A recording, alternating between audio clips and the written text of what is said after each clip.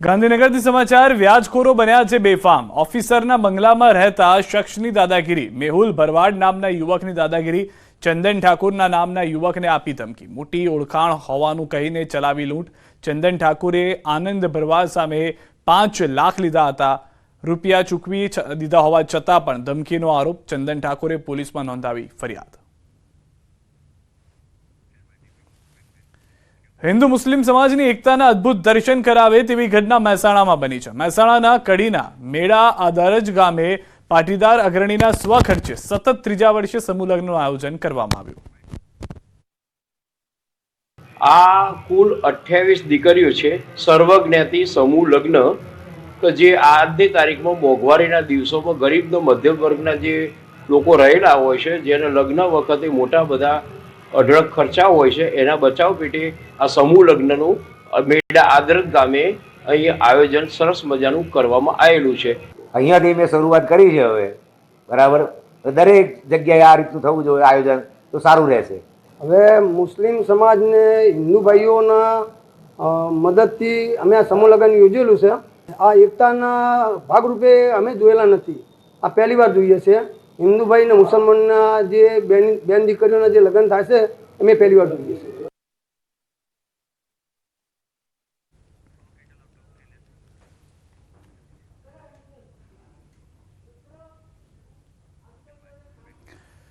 અને હવે અંતમાં નજર કરીએ ટોપ 3 ખબરો પર।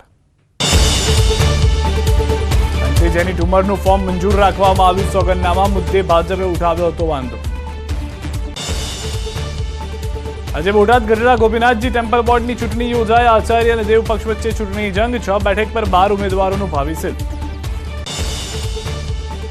રાજ્યમાં 3 દિવસ તાપમાન રહેશે યથાવત। 3 દિવસ બાદ 2 થી 3 ડિગ્રી તાપમાનમાં વધારાની હવામાન વિભાગની આગાહી। દરિયાકાંઠે અનુભવાશે અકળામણ।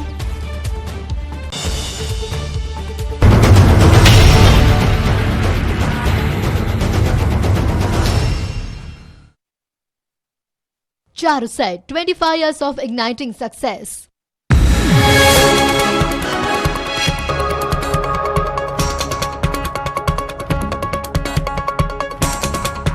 Charuset, 25 years of igniting success.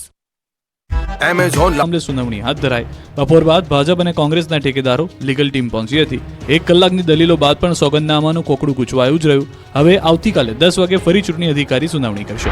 આ તરફ બનાસકાંઠા લોકસભાની ચૂંટણી માટે ભાજપ, કોંગ્રેસ અને અપક્ષો સહિત 41 ફોર્મ ભરાયા। જોકે પાલનપુર કલેક્ટર કચેરી ઉમેદવારના ફોર્મની ચકાસણી શરૂ કરાતા કોંગ્રેસના ઉમેદવાર જ્ઞાનીબેન ઠાકોર પહોંચ્યા, જ્યાં તેમણે ચૂંટણી અધિકારી અને ભાજપ પર આંકરા પ્રહાર કર્યા। જ્ઞાનીબેને કહ્યું કે 3 વકીલો રાખીને બિનજરૂરી વાંધાઓ આપ્યા, જે એમની માનસિકતા બતાવે છે। 3 વકીલો રાખીને તેમને સામેના ઉમેદવારનું ફોર્મ રદ કરાય તેવો પ્રયાસ કરાયો, તે ભાજપની માનસિકતા છે, જેમને જનાદેશ ગુમાવી દીધો છે। મારા સોગંદનામાની અંદર મિલકતના ભાવમાં વાંધા કાઢ્યા, જેમાં મારી 2007 થી 2024ની મિલકતનું એફિડેવિટ સરખું જ છે।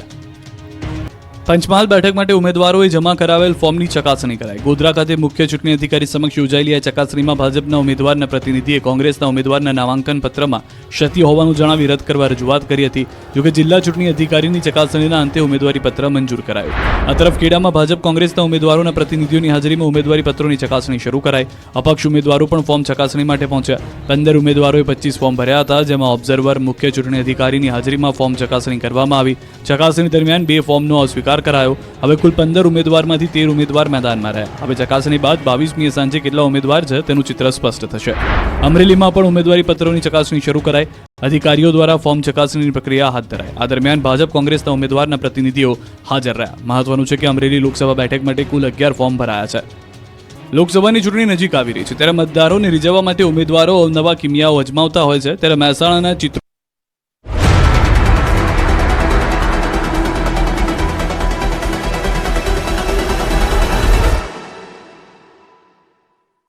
વસંત મસાલા। અમરેલીના આંબરડી રેવન્યુ વિસ્તારમાં ભીષણ આગ। સ્થાનિકો ખેડૂતોએ આગ પર કાબુ મેળવવા કર્યો પ્રયાસ। વન વિભાગની ટીમ પણ ઘટના સ્થળે પહોંચી।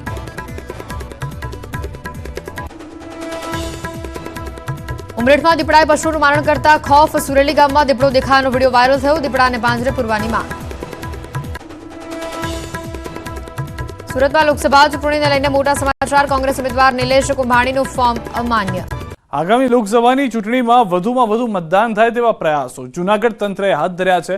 જૂનાગઢના માંગરોળમાં મુખ્ય ચૂંટણી અધિકારી કમ કલેક્ટરે મતદાન જાગૃતિનો કાર્યક્રમ યોજ્યો હતો, જેમાં મુખ્ય ચૂંટણી અધિકારી, ડીડીઓ, ટીડીઓ, ખારવા સમાજના 500 જેટલા ભાઈઓ બહેનો, અગ્રણીઓ તેમજ વિદ્યાર્થીઓ હાજર રહ્યા હતા. બોટ મારફતે દરિયામાં પહોંચી મતદાન જાગૃતિ અંગેનો સંદેશો આપ્યો હતો. હું ચોક્કસ મતદાન કરીશ તેવી સહી ઝુંબેશ પણ હાથ ધરવામાં આવી હતી. આજે અમે માંગરોળ બંદર ખાતે જે માછીમાર ભાઈઓ અને બહેનો છે એમના સાથ સહકારથી બોટ ઉપર જઈ અને દરિયામાં અમે ગયા અને માછીમાર કમ્યુનિટીમાં અને આસપાસના લોકોમાં મતદાન માટેની જાગૃતિ આવે એનો એક કાર્યક્રમ આયોજિત કર્યો હતો. અમે તમામને વિનંતી કરી છે કે મતદાનના દિવસે પોતાના જે બિઝી શેડ્યુલમાંથી 10 થી 15 મિનિટનો ટાઈમ કાઢી અને દિવસે મતદાન કરે. ગાંધીનગરથી સમાચાર. વ્યાજખોરો બન્યા છે બેફામ. ઓફિસરના બંગલામાં રહેતા શખ્સની દાદાગીરી. મેહુલ ભરવાડ નામના યુવકની દાદાગીરી. ચંદન ઠાકુરના નામના યુવકને આપી ધમકી. મોટી ઓળખાણ હોવાનું કહીને ચલાવી લૂંટ. ચંદન ઠાકુરે આનંદ ભરવાડ સામે 5 લાખ લીધા હતા. રૂપિયા ચૂકવી દીધા હોવા છતાં પણ ધમકીનો આરોપ. ચંદન ઠાકુરે પોલીસમાં નોંધાવી ફરિયાદ. હિન્દુ મુસ્લિમ સમાજની એકતાના અદ્ભુત દર્શન કરાવે તેવી ઘટના મહેસાણામાં બની છે. મહેસાણાના કડીના મેળા આદરજ ગામે પાટીદાર અગ્રણીના સ્વખર્ચે સતત 3જા વર્ષે સમૂહ લગ્નનું આયોજન કરવામાં આવ્યું. આ કુલ 28 દીકરીઓ છે. સર્વજ્ઞાતિ સમૂહ લગ્ન કે જે આજની તારીખમાં મોંઘવારીના દિવસોમાં ગરીબ મધ્યમ વર્ગના જે લોકો રહેલા હોય છે, જેને લગ્ન વખતે મોટા બધા અઢળક ખર્ચા હોય છે, એના બચાવ પેટે આ સમૂહ લગ્નનું મેળા આદરજ ગામે અહીં આયોજન સરસ મજાનું કરવામાં આવેલું છે. અહીંયાથી મેં શરૂઆત કરી છે હવે, બરાબર. દરેક જગ્યાએ આ રીતનું થવું જોઈએ આયોજન, તો સારું રહેશે. હવે મુસ્લિમ સમાજને હિન્દુ ભાઈઓના મદદથી અમે આ સમૂહ લગ્ન યોજેલું છે. આ એકતાના ભાગરૂપે અમે જોયેલા નથી, આ પહેલી વાર જોઈએ છે. હિન્દુ ભાઈ અને મુસલમાનના જે બેન દીકરીઓના જે લગ્ન થાય છે એ મેં પહેલી વાર જોઈએ છે.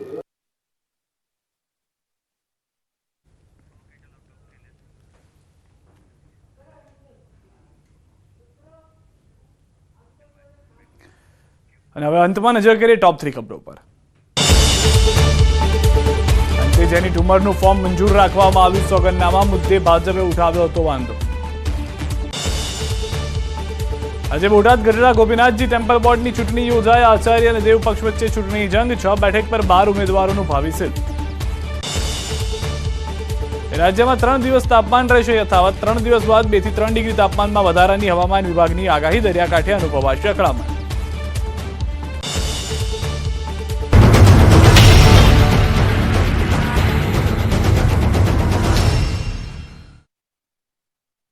Charuset, 25 years of igniting success.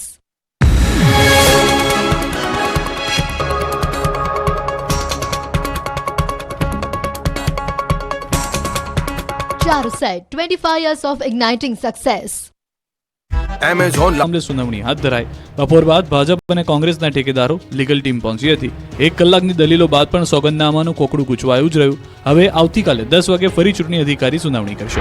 આ તરફ બનાસકાંઠા લોકસભાની ચૂંટણી માટે ભાજપ, કોંગ્રેસ અને અપક્ષો સહિત 41 ફોર્મ ભરાયા. જોકે પાલનપુર કલેક્ટર કચેરી ઉમેદવારના ફોર્મની ચકાસણી શરૂ કરાતા કોંગ્રેસના ઉમેદવાર ગેનીબેન ઠાકોર પહોંચ્યા, જ્યાં તેમણે ચૂંટણી અધિકારી અને ભાજપ પર આકરા પ્રહાર કર્યા. ગેનીબેને કહ્યું કે 3 વકીલો રાખીને બિનજરૂરી વાંધાઓ આપ્યા, જે એમની માનસિકતા બતાવે છે. 3 વકીલો રાખીને તેમને સામેના ઉમેદવારનું ફોર્મ રદ કરાય તેવો પ્રયાસ કરાયો. તે ભાજપની માનસિકતા છે, જેમને જનાદેશ ગુમાવી લીધો છે. મારા સોગંદનામાની અંદર મિલકતના ભાવમાં વાંધા કાઢ્યા, જેમાં મારી 2007 થી 2024ની મિલકતનું એફિડેવિટ સરખું જ છે.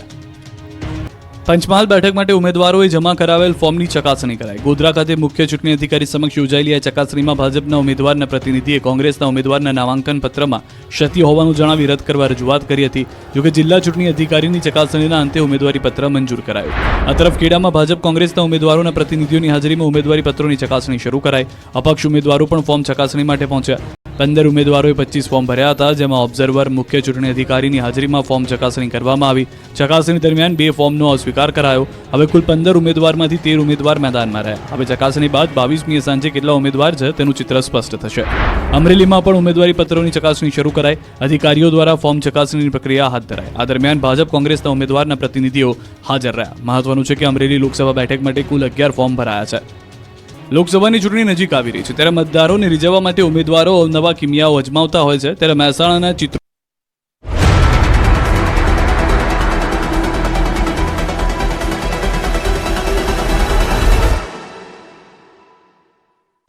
વસંત મસાલા. અમરેલીના આંબરડી રેવન્યુ વિસ્તારમાં ભીષણ આગ. સ્થાનિકો ખેડૂતોએ આગ પર કાબુ મેળવવા કર્યો પ્રયાસ. વન વિભાગની ટીમ પણ ઘટના સ્થળે પહોંચી.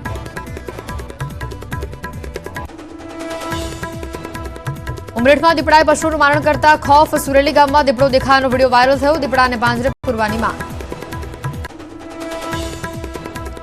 સુરતમાં લોકસભા ચૂંટણીને લઈને મોટા સમાચાર. કોંગ્રેસ ઉમેદવાર નિલેશ કુંભાણીનું ફોર્મ અમાન્ય.